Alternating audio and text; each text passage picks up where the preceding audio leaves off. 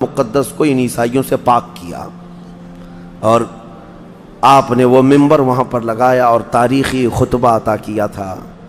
اس کے بعد وہ بیمار ہو گئے، صلاح الدین ایوبی رحمۃ اللہ تعالیٰ علیہ۔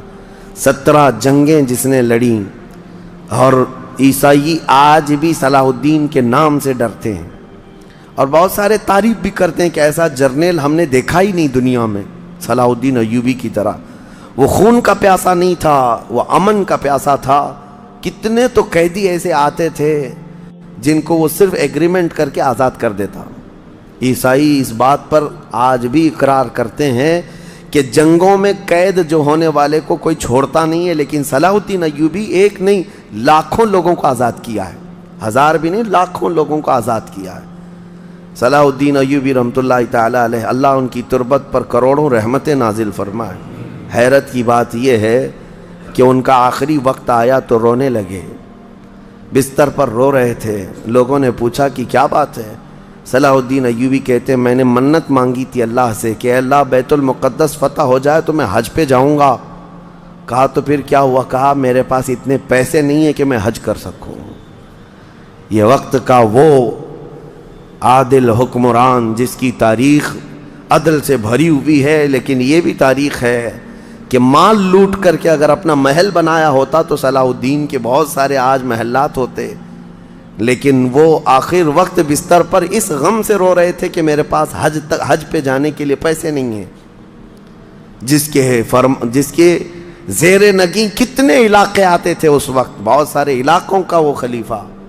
لیکن میرے عزیزو، اسلام کی سچی تاریخ ایسے ہی خلفاء سے ہے، ایسے ہی خلفاء سے نظام ہے۔ پھر یہ زمانہ چلتا رہا، تقریباً 800 سال گزر گئے، 1921 آیا، 1921۔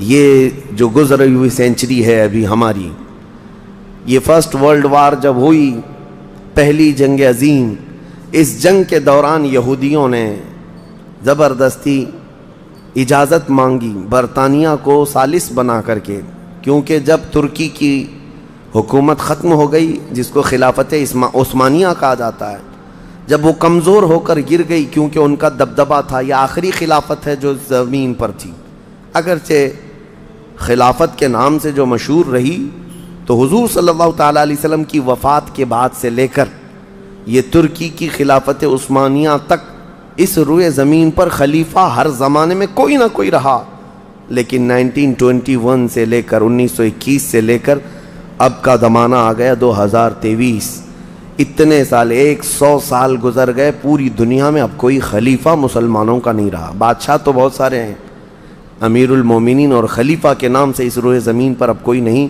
ان ظالموں نے ہماری خلافت کے نظام کو مار ڈالا، ختم کیا، خلافت کو زمین سے ختم کیا۔ اب لوگوں کو نیا لگتا ہے کہ خلافت کا مطلب کیا ہے۔ خلافت ایک نظام ہے، پورا نظام ہے۔ جب ڈیموکریسی ایک نظام ہے، کمیونزم ایک نظام ہے، تو اسی طرح سے خلافت جو ہے میرے مصطفیٰ کے نظام کا نام ہے۔ جب یہ ختم ہوا تو پھر 1921 میں یہودی جگہ جگہ سے جو مارے گئے تھے، اس وقت جرمن سے بھگائے جا رہے تھے، جینوسائیڈ کیا گیا تھا یہودیوں کا، جرمن میں مارا جا رہا تھا، تو ان کے اوپر دنیا والوں نے چنتک بیٹھک جس کو کہتے ہیں رحم کرنے کا، کئی مرتبہ بیٹھکیں ہوئی، بڑے بڑے لوگوں نے کہا یہودی پوری دنیا میں مارے جا رہے ہیں اور یہ مظلوم ہیں، ان کو کہیں پناہ دی جائے۔ پناہ دینے کے لیے جب بات آئی تو فلسطین کا ایک چھوٹا سا علاقہ، 4000 یہودیوں کو رہنے کی اجازت دی گئی۔ 1921 سے 4000 یہودیوں کو رہنے کی اجازت دی گئی، اور پھر جب وہ 4000 یہودی رہے تو بڑھتے بڑھتے دنیا بھر سے لوگ ہجرت کر کے یہودی وہاں جاتے رہے، اور تقریباً 1947 جب ہمارے ہاں آزادی کا مسئلہ چل رہا تھا، تب تک یہودی جو ہے لاکھوں کی تعداد میں وہاں جمع ہو چکے تھے، اور جمع ہو کر کے ان لوگوں نے، اور اسی وقت ہٹلر کا دور بھی ختم ہوا تھا، اور ہٹلر نے ان کو بہت مارا تھا، جس کو ہولوکاسٹ کہا جاتا ہے، اور بہت زیادہ ظلم کیا تھا۔ تو یہ سب بھاگ کر کے فلسطین میں جمع ہوئے، اور پھر ایک ایگریمنٹ سائن کروا لیا گیا دنیا کی بڑی بڑی طاقتوں سے کہ یہ اسرائیل ایک کنٹری ہے، فلسطین کو دو حصوں میں بانٹ دیا گیا، آدھا عربوں میں آدھا یہودیوں میں، فلسطین کے دو حصے کر دیے. تو آدھا یہودیوں کو ملا تو ٹھیک ہے، لیکن اس کے غصے میں عربوں میں جنگ شروع ہوئی. 1948 کے بعد پھر جنگوں کا آغاز ہو گیا. جارڈن، سیریا، مصر، ان لوگوں نے اسرائیل کے ساتھ، انہوں نے نئی کنٹری کا نام اسرائیل رکھا تھا، جنگ کیا. جب جنگ کرتے رہے، اسرائیل اپنے پیر پھیلاتا رہا اور آگے بڑھتا رہا، کیونکہ اس وقت ان عربوں کے اندر یا جدید ہتھیار نہیں تھے. اسرائیل کو فلی طور پر امریکہ کا سپورٹ تھا، یو کے کا سپورٹ تھا، یورپ کا سپورٹ تھا. ان تینوں ملکوں کے ساتھ بڑی خوفناک جنگوں میں ان کو پیچھے ڈھکیل دیا گیا، بلکہ جو صحرائے سینا تھا مصر کا وہ بھی اسرائیل نے قبضہ کر لیا. طور سینا جس کو کہتے ہیں، کوہ طور، وہ بھی ان کے لیے مقدس تھا، وہ بھی حاصل کر لیا. پھر اس کے بعد دوسری جنگ بھی ہوئی تھی مصر کی، تب مصر نے وہ علاقہ واپس لیا اور اسرائیل کو سمیٹنے کی کوشش کرتے رہے. 3 بڑی جنگوں میں ہوا یہ کہ جب جنگ ہوتی رہی اسرائیل پھیلتا رہا. پھر 1978 کے قریب یا 75 کے آس پاس اسرائیل نے پورے طور پر فلسطین کا کنٹرول اپنے ہاتھ میں لے لیا، جس میں بیت المقدس بھی چلا گیا. یہ ہے تاریخ میں آدم علیہ السلام کے زمانے سے لے کر یہاں تک کی بتا رہا ہوں، مختصر جھلکیاں. اس کے بعد سے یہودیوں نے بیت المقدس کا کنٹرول اپنے ہاتھ میں لیا. حالانکہ UN کا یہ فیصلہ ہے کہ پورے اسرائیل کو یہ خاص طور پر تنبیہ کی گئی ہے کہ صرف مسجد اقصی جو بیت المقدس ہے، اس کا کنٹرول اور اس کا مینجمنٹ، اس کے انتظامات یہودیوں کے ہاتھ میں بھی نہیں رہیں گے اور وہاں کے فلسطینی مسلمانوں کے ہاتھ میں بھی نہیں رہیں گے. یہ جارڈن کی حکومت کو دیا گیا ہے. جارڈن کی حکومت، جس کو کسٹوڈین آف یہ کہا جاتا ہے بیت المقدس، وہ اس کے انتظام دیکھتی ہے، لیکن برائے نام ہے. یہودیوں نے دھجیاں اڑا رکھی ہیں پورے دنیا بھر کے قوانین کی. جہاں ان کو پابندی تھی کہ یہاں نئے گھر نہیں بنائیں گے، ابھی 3-4 سال پہلے انہوں نے پورے مسلمانوں کے محلے کو ختم کر کے 200 گھر بنائے، یہودیوں کو آباد کیا. برسوں سے یہاں جو مسلمان تھے، ابھی آپ جا کر کے کبھی دیکھیں یروشلم، بیت اللحم، جو بیت المقدس کے آس پاس کے علاقے، رام اللہ، 40 سال 45 سال ہو گئے دکانوں کو تالے لگے ہوئے ہیں، جالے لگے ہوئے ہیں، لیکن کھولنے کی اجازت نہیں ہے. اتنے پرانے وقت سے دکانیں بند ہیں. کہا کہ نہیں، یہودیوں کی طرف سے کوئی یہاں پر کھولنے کی اجازت نہیں ہے، مسلمانوں کے نام پر.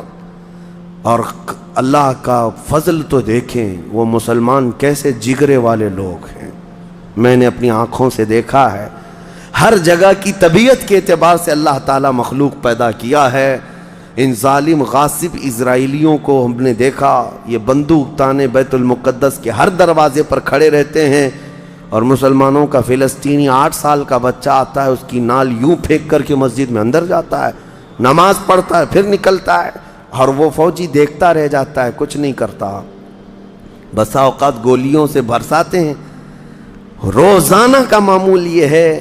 رات کو گولیوں کی بارش ہوئی، سمیٹ کر کے ختم کیا گیا، زخمی ہاسپٹل میں گئے. دوسرے دن دیکھا عصر کے بعد بیت المقدس کے باہر صحن جو ہے وہاں پر پھر عورتیں، بچے، سب جو روزانہ عصر سے لے کر مغرب تک اپنی روٹیاں، اپنے کھانے لے کر کے آتی ہیں، بیٹھتی ہیں. ایسا لگتا ہے یہاں کچھ ہوا ہی نہیں. مائیں بچوں کو بچپن سے یہ چیز ڈال دیتی ہیں کہ بیٹا اگر تو ابھی گھر سے گیا نماز کے لیے تو ہمیں یہ یقین نہیں ہوتا کہ تیرا جسم آئے گا کہ تیری لاش آئے گی.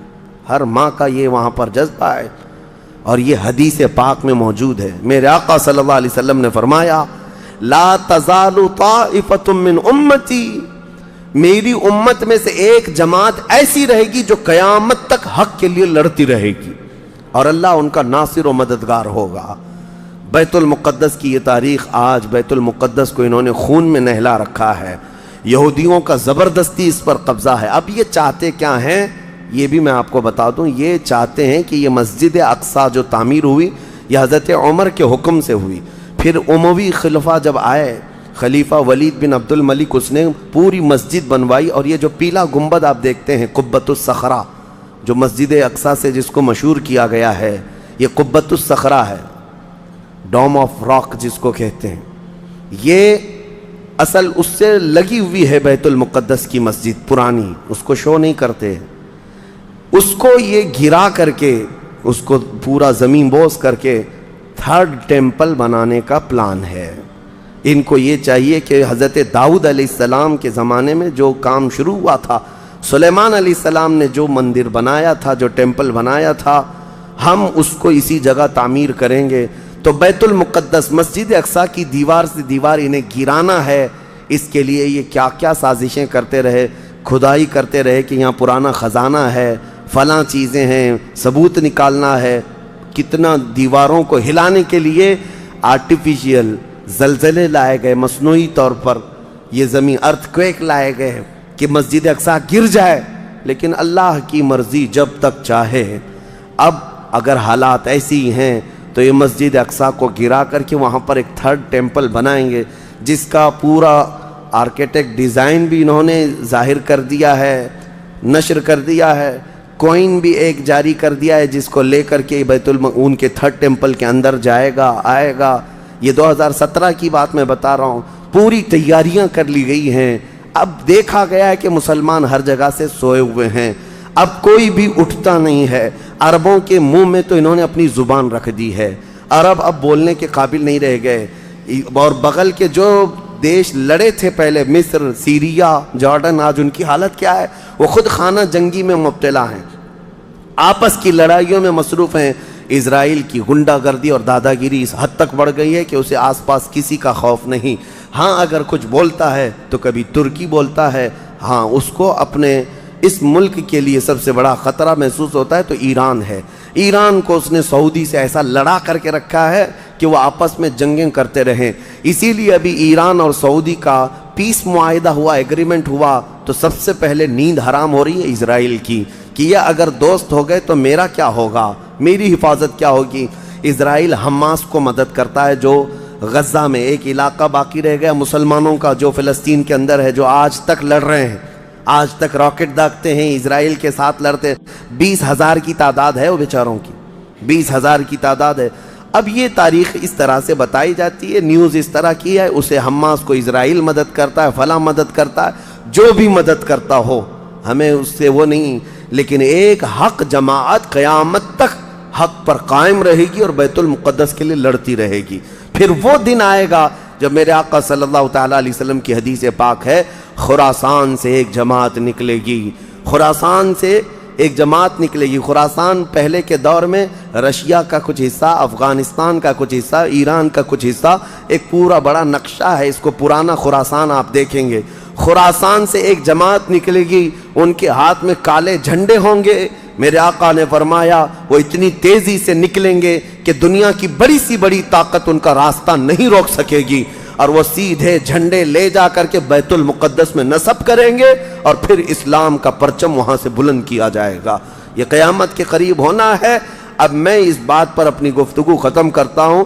دعائیں تو ہیں کہ اللہ تعالیٰ بیت المقدس کو آزاد کرے، لیکن یہودی جتنے دن ناچتے رہیں گے، دندناتے رہیں گے، ایک دن آنا ہے دنیا اوپر سے نیچے ہو جائے، نیچے سے اوپر ہو جائے، مگر میرے مصطفیٰ کا فرمان ہو کر رہے گا انشاءاللہ، اور غلبہ اسلام آ کر رہے گا۔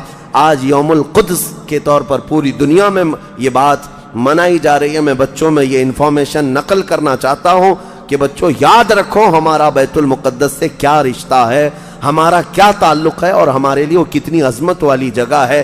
اس لیے کہ آپ ہندوستان میں ہیں، دور دراز ہیں، کہیں پر بھی ہیں، لیکن روحانی رشتہ تمہارا جب مدینے سے جڑا ہے تو مدینے کے آقا کے فرمان سے بھی جڑا ہوا ہے۔ اللہ کریم ہم سب کو بیت المقدس کے محافظین میں شامل فرمائے۔